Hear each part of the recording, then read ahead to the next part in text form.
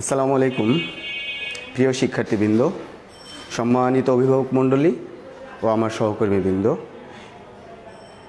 আজকের লাইভ ক্লাসে Ahmed Bawani academy online স্কুলের পক্ষ থেকে সবাইকে স্বাগতম।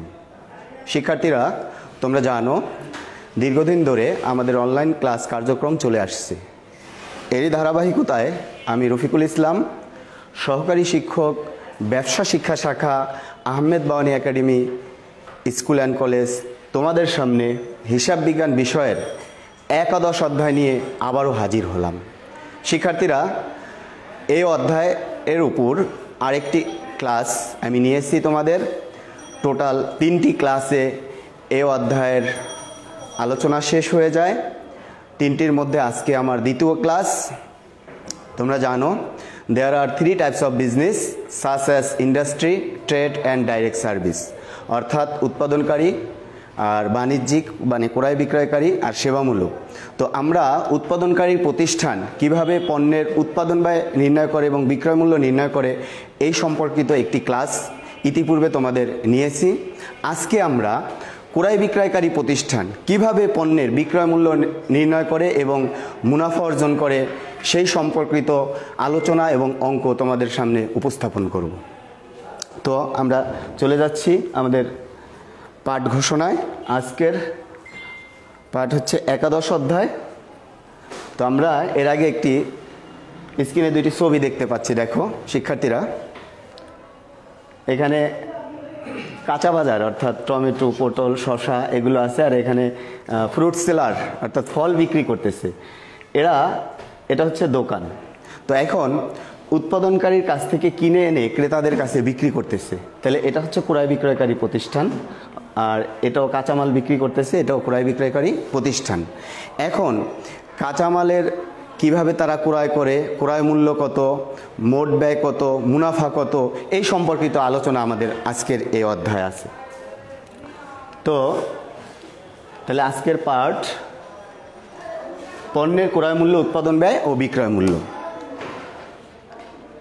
এই অধ্যায় শেষে আমরা যা শিখতে পারবো, দেখো ক্রয় মূল্যের ধারণা ব্যাখ্যা করতে পারবো, দ্বিতীয়ত বিক্রয় মূল্যের ধারণা ব্যাখ্যা করতে পারবো, তৃতীয়ত বিক্রয় মূল্য ও প্রত্যাশিত মুনাফা নির্ণয় করতে পারবো। অর্থাৎ এই 3টি শিখন ফলের আলোকে আমার আজকের ক্লাসটি শেষ হবে।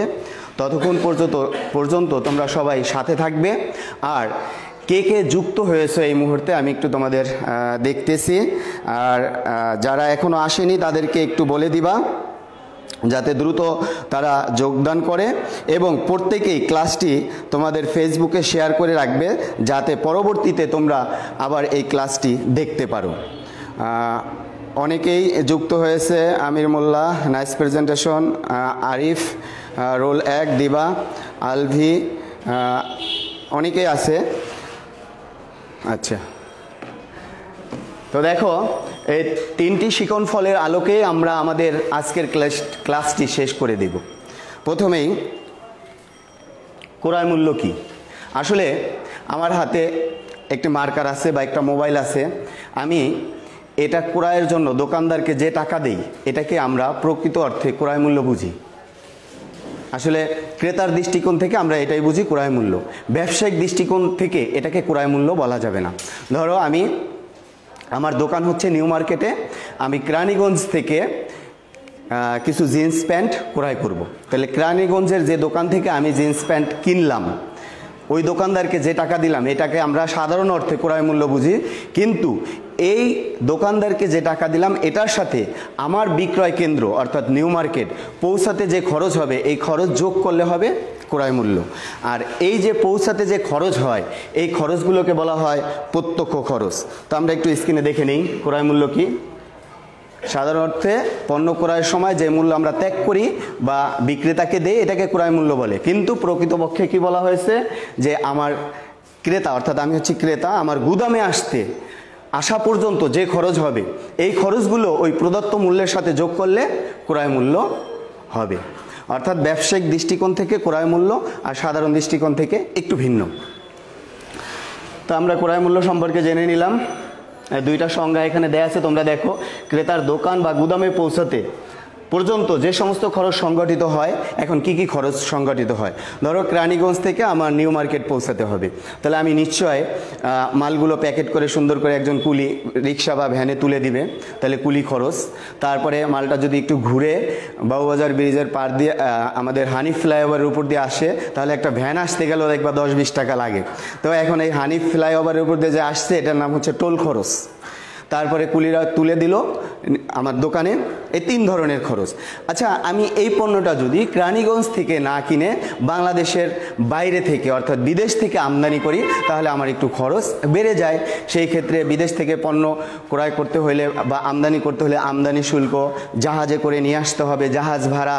তারপরে পণ্যটা জাহাজ দিয়ে যখন আসবে তখন সোমালিয়ার জলদস্যুর আক্রমণের শিকার হতে পারে, অথবা জাহাজের ক্ষয়ক্ষতি হতে পারে, পণ্যের ক্ষতি হতে পারে, এটার জন্য বিমা করা লাগে, অর্থাৎ পণ্যের বিমা খরচ, কুলির মজুরি, তারপরে মাল খালাস খরচ, এগুলো হচ্ছে আনতে যে খরচ হয়। তাহলে আমরা জানি এই যে দোকান পর্যন্ত পৌঁছাতে আমার যে খরচ হবে, এই খরচকে বলা হয় প্রত্যক্ষ খরচ। প্রত্যক্ষ খরচ কি কি? ক্রয়, পরিবহন, আমদানি শুল্ক, ডক চার্জ, জাহাজ ভাড়া, কুলির মজুরি, এগুলো। তো আমরা অলরেডি ক্রয় মূল্য জেনে ফেললাম। আমরা চলে যাচ্ছি পরবর্তী আমাদের শিখন ফলে বিক্রয় মূল্যের ধারণা। আমরা জেনেছি দোকানদারকে যে মূল্য দেই, এটার সাথে প্রত্যক্ষ খরচ যোগ করে আমরা ক্রয় মূল্য পাই। ক্রয় মূল্যর সাথে পরোক্ষ খরচ, অর্থাৎ আমার পণ্যটা দোকানে আনার পর বিক্রয় উপযোগী করার জন্য যে খরচ হয়, এটার নাম হচ্ছে পরোক্ষ খরচ। শিক্ষার্থীরা, তাহলে আমরা একটু বাস্তব উদাহরণ দেখি যে কি খরচগুলো পণ্য বিক্রয় উপযোগী করার জন্য খরচ হয়। ধরো তুমি দোকানে নিয়ে পণ্য বসছো, যে দোকানে নিয়ে পণ্য বসছো এটা গেলে দোকান বা শোরুম বলে, এটার জন্য একটা ভাড়া দিতে হয়, অর্থাৎ দোকান ভাড়া বা শোরুম ভাড়া। তারপর দেখবা ফ্যান মাথার উপর ঘোরে, লাইট জ্বলে, এখানে বিদ্যুতের ব্যবহার হয়, অর্থাৎ বিদ্যুৎ বিল, এটাও তোমার বিক্রয় উপযোগী করার খরচ। পণ্যটা বিক্রি হওয়ার পরে তুমি সুন্দর করে একটা প্যাক করে তাকে দিবা, এজন্য তোমাকে প্যাকিং খরচ করতে হয়। তারপর তোমার মেমো লিখতে হয়, এজন্য কাগজ, কালি, কার্বন টেপ, সুতা, ফাইল, ক্লিপ এগুলো ব্যবহার হয়, এটার নাম হচ্ছে মণিহারি, এটাও বিক্রয় উপযোগী খরচ। তারপর যাদের জন্য প্রোডাক্ট তৈরি করলা বা আমদানি করলা বা ক্রয় করলা, তাদেরকে জানাতে হয়, অবহিত করতে হয়। যেমন কোনো মহিলা যদি তার চেহারাটাকে অ্যাপিয়ারেন্স করতে চায়, সুন্দর করতে চায়, তাহলে তার কোনো বিউটি পার্লারে যেতে হয়। সে এত সুন্দর করে সেজেগুজে আসছে, অথচ প্রাকৃতিক দুর্যোগ, রোদ, বৃষ্টি, ঝড়, এটা তো কারো কাছে বলে আসে না, মুহূর্তের মধ্যে তার মেকআপটা নষ্ট হয়েছে, তার মনের মধ্যে এক ধরনের বিরক্তি ভাব সৃষ্টি হয়েছে, ধ্যাত অনুষ্ঠানে যাব না। এটার হাত থেকে রক্ষা পাওয়ার জন্য বাজারজাতকারী নতুন নতুন প্রোডাক্ট নিয়ে আমাদের সামনে হাজির হয়েছে। সুন্দরী হতে চান, মেকআপ ছাড়াই সুন্দরী, অ্যারোমা বোটানিকের ফেস ওয়াশ ইউজ করুন। এটা হচ্ছে বিজ্ঞাপন, অর্থাৎ পণ্যের বিজ্ঞাপন দিতে হয়। তারপর দেখবা দোকানে মার্কেটে গেলে, ভাইয়া কি লাগে, ভিতরে আসেন, 2-1 পিস দেখা, এই যে সুন্দর করে ডাক দেয়, এরা হচ্ছে বিক্রয় কর্মী। তাহলে বিক্রয় কর্মীকে বেতন দিতে হয় অথবা কমিশন দিতে হয়, এটাও এক ধরনের বিক্রয় খরচ। অর্থাৎ ক্রয় মূল্যের সাথে আমি এই পরোক্ষ খরচগুলো যোগ করব, তাহলে পাবো মোট ব্যয়। আর মোট ব্যয়ের সাথে আমি কত লাভ করতে চাচ্ছি, অর্থাৎ প্রত্যাশিত মুনাফা, এটা যোগ করলেই বিক্রয় মূল্য পাওয়া যায়। অর্থাৎ আজকের আমাদের আলোচনা হচ্ছে বিক্রয় মূল্য নির্ণয়। তো এখন এই কথাগুলোই আমরা একটু সূত্র আকারে যদি দেখতে চাই, তাহলে এখানে দেখো একটা ফরম্যাট দেওয়া আছে। প্রথমেই দেখো ক্রয় বিক্রয়কারী প্রতিষ্ঠানের বিক্রয় মূল্য নির্ণয়। পণ্য ক্রয়ের জন্য প্রদত্ত অর্থ, অর্থাৎ আমি যে প্রোডাক্টটা কিনলাম এটার জন্য দোকানদারকে যে টাকা দিব, যদি আমি শার্ট কিনি তাহলে শার্টের জন্য প্রদত্ত অর্থ, প্যান্ট কিনলে প্যান্টের জন্য প্রদত্ত অর্থ, এটা এখানে লিখবা। এটার সাথে যোগ করবা প্রত্যক্ষ খরচ, অর্থাৎ তোমার দোকান পর্যন্ত নিয়ে আসতে যে খরচ হয়েছে, এটার নাম প্রত্যক্ষ খরচ। তাহলে প্রত্যক্ষ খরচ অনেকগুলো হতে পারে, আমি এখানে 2-1টি নাম তোমাদের দিয়ে দিলাম। পরিবহন খরচ, ডক চার্জ, শুল্ক, এই 3টাই দিলাম, আরও একাধিক হতে পারে যেটা আলোচনায় চলে আসছে। এটা প্রদত্ত অর্থের সাথে যোগ দিবা, তাহলে পাবা ক্রয় মূল্য। এই যে ক্রয় মূল্য, ক্রয় মূল্যর সাথে আমরা যোগ করব কি, পরোক্ষ খরচ, অর্থাৎ পণ্য বিক্রয় উপযোগী করার জন্য যে খরচ হয় এটাকে বলা হয় পরোক্ষ খরচ। এই হলো বিক্রয় উপযোগী খরচ। দেখো এই যে ভাড়া, এটা দোকান ভাড়া, শোরুম ভাড়া হতে পারে, কর্মচারীর বেতন, বিজ্ঞাপন ইত্যাদি। এখানে 3-4টা আমি নাম দিয়েছি, আরও একাধিক হতে পারে। এটার সাথে যোগ দিলে তুমি পাবা কৃত পণ্যের মোট ব্যয়, অর্থাৎ অলরেডি আমরা মোট ব্যয় জেনে ফেললাম। এই মোট ব্যয়ের সাথে কত লাভ করতে চাচ্ছ। তুমি যদি 10% লাভ করতে চাও তাহলে এটার উপর 10% ধরে যোগ দিবা, অথবা তুমি যদি মনে করো একটা পণ্যের জন্য তুমি 20 টাকা লাভ করবা, তাহলে তুমি কতগুলো পণ্য কিনেছো 20 গুণ ততগুলো পণ্য গুণ দিয়ে প্রত্যাশিত মুনাফা বের করবা, তারপর ওটার সাথে যোগ দিলেই বিক্রয় মূল্য পেয়ে যাবা। অর্থাৎ এইভাবেই হচ্ছে পণ্যের বিক্রয় মূল্য নির্ণয় করে। যারা অন্যের পণ্য, উৎপাদিত পণ্য কিনে এনে বিজনেস করে তারা এইভাবে পণ্যের বিক্রয় মূল্য নির্ধারণ করে। অর্থাৎ তোমরা যখন মার্কেটে গিয়ে কোনো পণ্যের দাম জিজ্ঞেস করো তখন বিক্রেতা আগে থেকে এইভাবে বিক্রয় মূল্য নির্ধারণ করে রাখে এবং তোমাদের কাছে দাম বলে। তো আমরা এতক্ষণ যে আলোচনা করলাম, অর্থাৎ পণ্যের বিক্রয় মূল্য কিভাবে নির্ধারণ করেন, তারই আলোকে আমরা দু একটি কুইজ দেখি। এখন দেখো, ক্রয় মূল্যের সাথে বিক্রয় উপযোগী করার জন্য এবং মুনাফা যোগ করে কোনটি বের করা হয়। একটু আগে তোমাদের সূত্র দিয়েছি, সূত্রের আলোকেই তোমরা এই প্রশ্নের উত্তরগুলো দিতে পারবে। আমি দেখি কারা আগে সঠিক উত্তরটা পাঠাতে পারে। কৃত পণ্যের মোট ব্যয়, বিক্রয় মূল্য, বিক্রিত পণ্যের মোট ব্যয়, বিক্রয় ব্যয়। উত্তরের অপেক্ষায় আছি। দেখি সর্বপ্রথম কে উত্তর পাঠাতে পারে। অপূর্ব, ক্লাসে যুক্ত হয়েছ। হ্যাঁ আব্দুল্লাহ, হ্যাঁ তুমি এখন উত্তর দাও।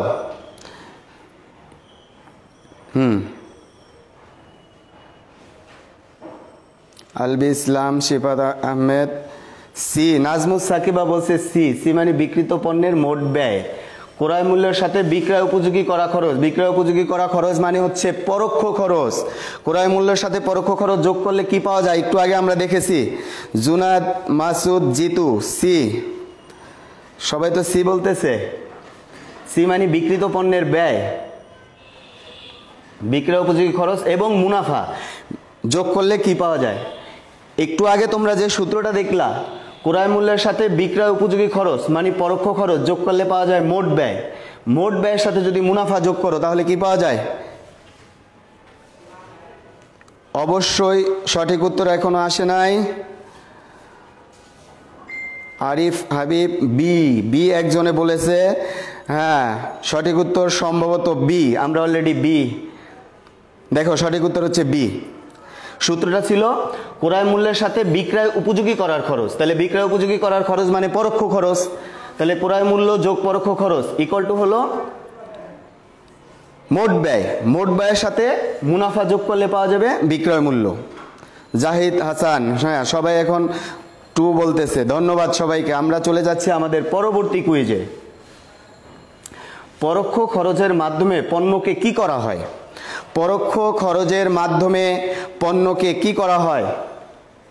নাম্বার 1 বিক্রয় উপযোগী করা হয়, নাম্বার 2 ক্রয় উপযোগী করা হয়, তারপরে 3 নাম্বার হচ্ছে ব্যবহার উপযোগী করা হয়, বিক্রয় উপরিব্যয়। কোনটি সঠিক।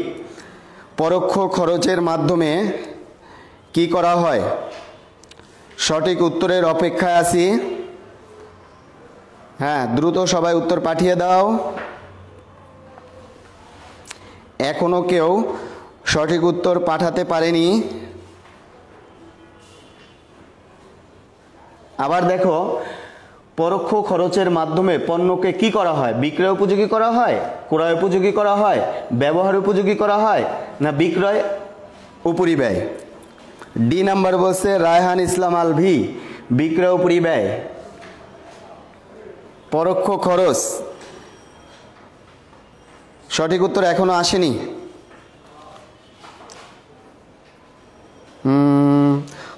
খ অপূর্ব, ক্রয় উপযোগী। না, ক্রয় উপযোগী করা হয় না, বিক্রয় উপযোগী করা হয়। জাহিদ হাসান, বিক্রয় ওইদিকে কি বিক্রয় উপযোগী। অর্থাৎ পরোক্ষ খরচের মাধ্যমে পণ্যকে বিক্রয় উপযোগী করা হয়। সঠিক উত্তর হচ্ছে এ। এই যে দেখো সঠিক উত্তরে বিক্রয় উপযোগী। আমরা চলে যাচ্ছি, সরি এ হবে, হ্যাঁ ঠিক আছে এ হবে। আমরা চলে যাচ্ছি আমাদের পরবর্তী কুইজে। কোনটি বিক্রয় মূল্য। নাম্বার এ মোট আয় প্লাস লাভ, মোট ব্যয় প্লাস মুনাফা, ক্রয় মূল্য যোগ লাভ, নিট আয় যোগ মুনাফা। সঠিক উত্তরের অপেক্ষায় ওয়েট করতেছি। শিক্ষার্থীরা দ্রুত উত্তর পাঠাও। এই মুহূর্তে আমাদের সাথে যোগদান করেছে আমাদের পরীক্ষার controller ATM Mujahidul Islam sir এবং অনলাইন ক্লাসের ইনচার্জ সাইফুল বিশ্বাস স্যার উপস্থিত আছেন। হ্যাঁ, উপস্থিত আছেন আইসিটি অ্যাম্বাসেডর ঢাকা জেলার মোস্তাফিজুর রহমান স্যার, শিক্ষক পরিষদের কোষাধ্যক্ষ আব্দুল মজিদ স্যার। ধন্যবাদ সবাইকে উপস্থিত থাকার জন্য। সঠিক উত্তর বি, মোট ব্যয় প্লাস মুনাফা। অনেকজনেই লিখছে। অপূর্ব লিখছে সি, ক্রয় মূল্য প্লাস লাভ। না, আমরা ক্রয় মূল্য প্লাস লাভ ধরবো না, কারণ ক্রয় মূল্যের সাথে পরোক্ষ ব্যয় যোগ করলে মোট ব্যয়, আর মোট ব্যয়ের সাথে মুনাফা যোগ করলে কি পাওয়া যায় সবাই জানে। মোট ব্যয়ের সাথে মুনাফা যোগ করলেই হয়ে যায় সম্ভবত বিক্রয় মূল্য। পরবর্তী কুইজ, প্রত্যক্ষ খরচ কোনটি? এখানে 4টি অপশন দেওয়া আছে। এটার অপশন এ আন্তঃপরিবহন, বি বিজ্ঞাপন, সিতে হচ্ছে বার্তা, ডিতে হচ্ছে মণিহারি। প্রত্যক্ষ খরচ, প্রত্যক্ষ খরচ আশফাক আলী, আসসালামু আলাইকুম স্যার। ওয়ালাইকুম আসসালাম। Saiful sir, nice excellent class, ধন্যবাদ স্যার উৎসাহ দেওয়ার জন্য। নাজমুস সাকিবা এ বলছো, হ্যাঁ আন্তঃপরিবহন অর্থাৎ ক্রয় পরিবহনকে প্রত্যক্ষ ব্যয় বলে। আমরা আমাদের পরবর্তী কার্যক্রমে চলে যাচ্ছি। অলরেডি আমরা কুইজ পর্ব, প্রথম কুইজ পর্ব শেষ করলাম। ইতিপূর্বে তোমাদের এই অধ্যায়ের সূত্র আলোচনা করেছি, অর্থাৎ কিভাবে পণ্যের বিক্রয় মূল্য নির্ধারণ করতে হয় সেই সম্পর্কে। দেখো, রূপা পেপার হাউস প্রতি দিস্তা 20 টাকা দরে 200 রিম কাগজ ক্রয় করে। এখানে হলো দিস্তার মূল্য দেওয়া আছে, আর এখানে পরিমাণ দেওয়া আছে রিম করে। এর মজুরি 1000 টাকা, গাড়ি ভাড়া 1500 টাকা প্রদান করেন। কাগজ বিক্রয়ের জন্য দোকান ভাড়া বাবদ 2500 টাকা, বিদ্যুৎ ও টেলিফোন বিল 1000 টাকা, বিক্রয় কর্মীর কমিশন বাবদ 1000 টাকা ব্যয় করে প্রতিষ্ঠানটি প্রতি দিস্তা কাগজে 3 টাকা লাভ করে থাকে। এই হলো উদ্দীপক। এখন এখান থেকে আমাদের 3টা প্রশ্নের উত্তর দিতে হবে। ক নম্বর আছে রূপা পেপার হাউজের প্রতি রিম কাগজের ক্রয় মূল্য নির্ণয় করো। রূপা পেপার হাউজের প্রতি রিম কাগজের, এটা হবে মোট ব্যয় নির্ণয় করো। বিক্রিত কাগজের মোট ব্যয় এত টাকা ধরে রূপা পেপার হাউজের প্রতি দিস্তা কাগজের বিক্রয় মূল্য নির্ণয় করো।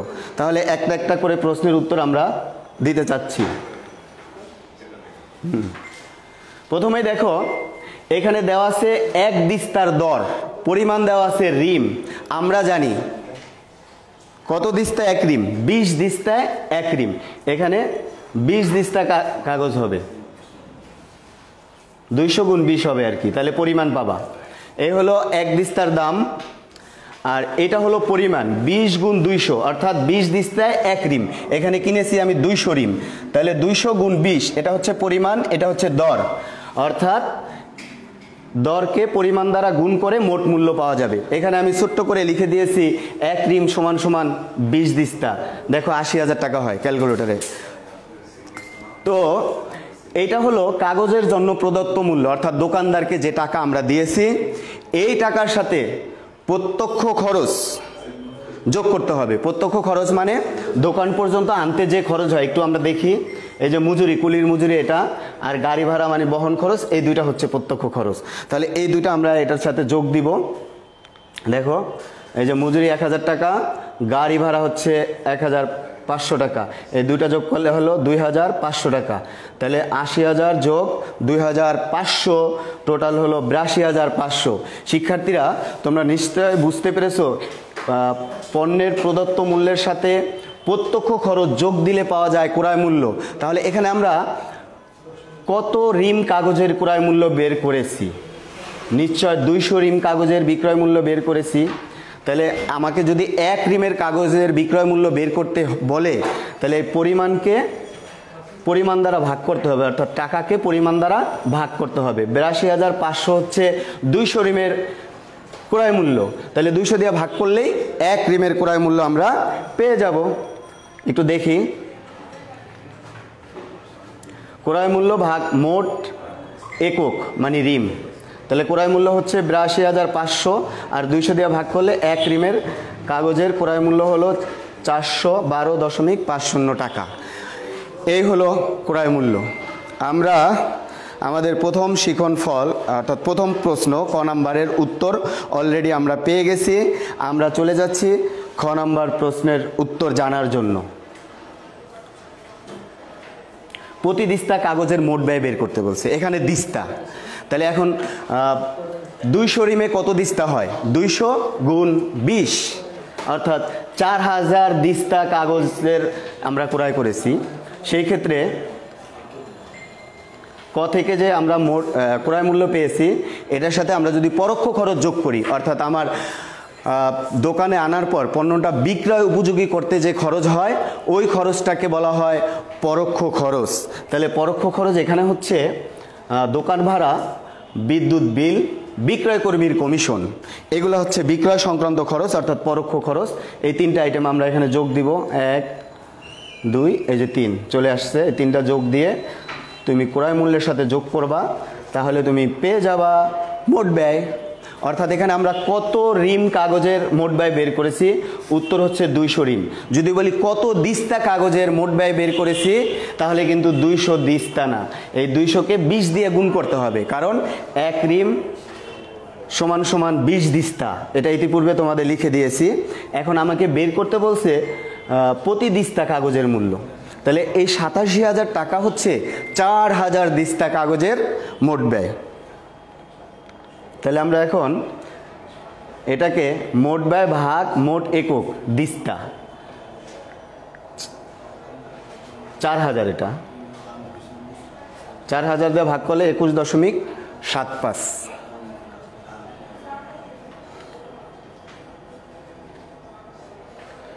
এরপরে গ নম্বর প্রশ্নে চেয়েছে রূপা পেপার হাউজের প্রতি দিস্তা কাগজের বিক্রয় মূল্য নির্ণয় করুক।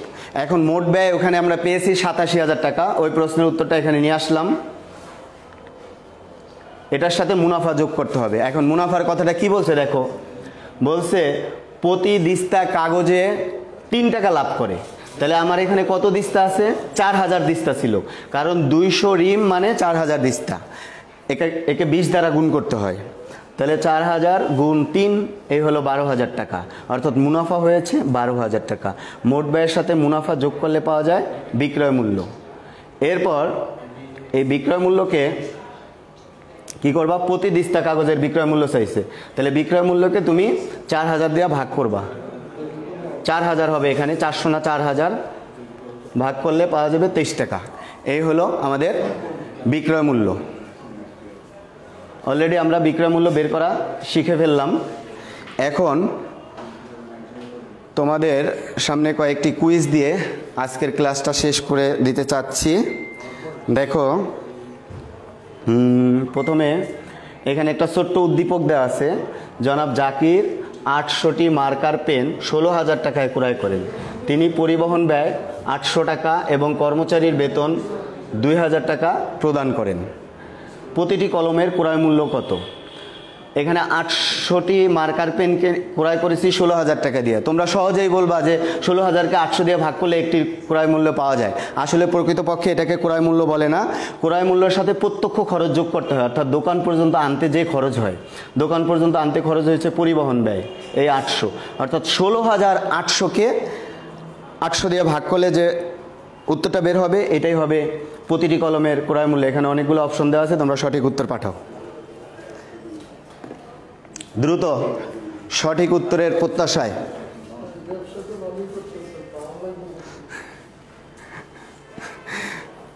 সঠিক উত্তর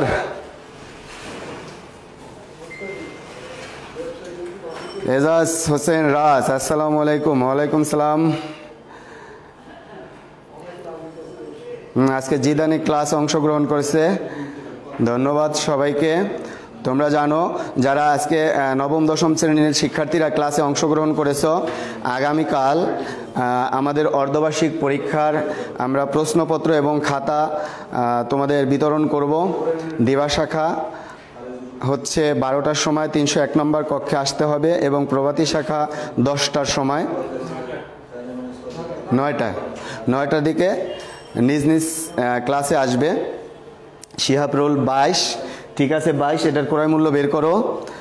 বি, অনেকে বলছে বি 21 টাকা। 21 টাকা আসলে সঠিক উত্তর মনে হয় 21 টাকাই হবে, আমি তো ক্যালকুলেটর করি নাই, তোমরা করেছো, তোমাদেরটাই সঠিক 21 টাকা। আমরা চলে যাচ্ছি আমাদের পরবর্তী প্রশ্নে। যদি তিনি 10% মুনাফা করতে চান তাহলে প্রতি জোড়া কলমের বিক্রয় মূল্য কত? অর্থাৎ এই 16,000-এর সাথে 800 যোগ করছো, এটা হচ্ছে ক্রয় মূল্য। ক্রয় মূল্যের সাথে 2000 টাকা যদি যোগ করো তাহলে পাবা মোট ব্যয়। মোট ব্যয়ের সাথে তুমি কি করবা? 10% মুনাফা অর্জন করবা। অর্থাৎ 18,800-র 10% ধরে যোগ করলে বিক্রয় মূল্য হবে। তারপর 800 দিয়ে ভাগ করবা, 2 দিয়ে গুণ করবা, অর্থাৎ এক জোড়া সমান সমান 2টি। এইভাবে করে দেখো সঠিক অ্যান্সার কত হয়। খ, অনেকেই করে ফেলছে, অপূর্ব বলছে খ। দেখি কার উত্তরটা সঠিক হয়। লাস্ট কুইজ, দ্রুত উত্তর পাঠাও।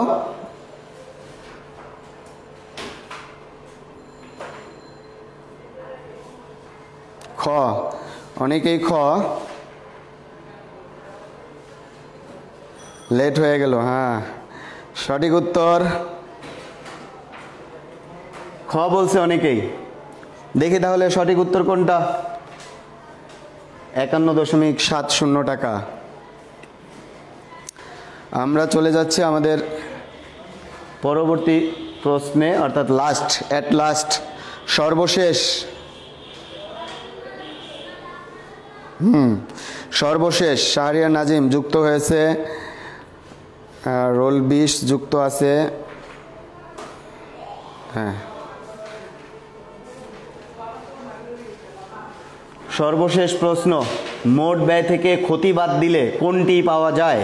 উৎপাদন ব্যয়, বিক্রয় মূল্য, ক্রয় মূল্য, ভাড়া।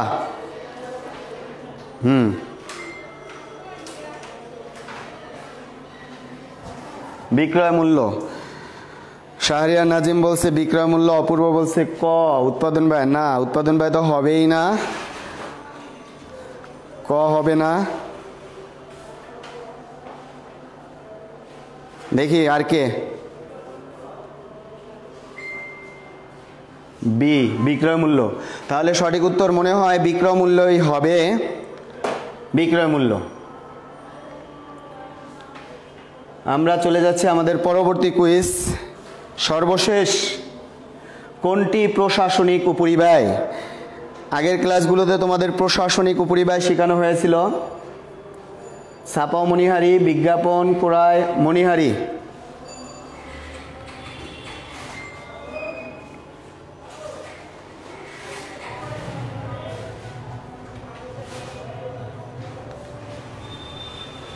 ছাপা মণিহারি।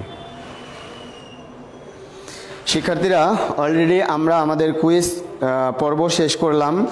এরপর তোমাদের জন্য আমরা যে টাইপের অঙ্ক আজকে প্র্যাকটিস করলাম ওই টাইপেরই সেম আমাদের বইয়ের সৃজনশীল 2-এও দেওয়া আছে। আমিন পেপার হাউস, প্রতি দিস্তা 18 টাকা দরে 100 রিম। ওইখানেও আমি যে টাইপের অঙ্ক দিয়েছি এখানেও সেম। মূল্য দেওয়া আছে দিস্তা, পরিমাণ দেওয়া আছে রিম। তোমরা এই রিমকে দিস্তায় কনভার্ট করবা, অর্থাৎ 20 দিস্তা সমান সমান 1 রিম। এখানে 20 দিয়ে গুণ করলে দিস্তা হয়ে যাবে। তাহলে 1 দিস্তার দাম এত, 20 দিয়ে গুণ করলে যত হয় অত দিস্তার দাম কত।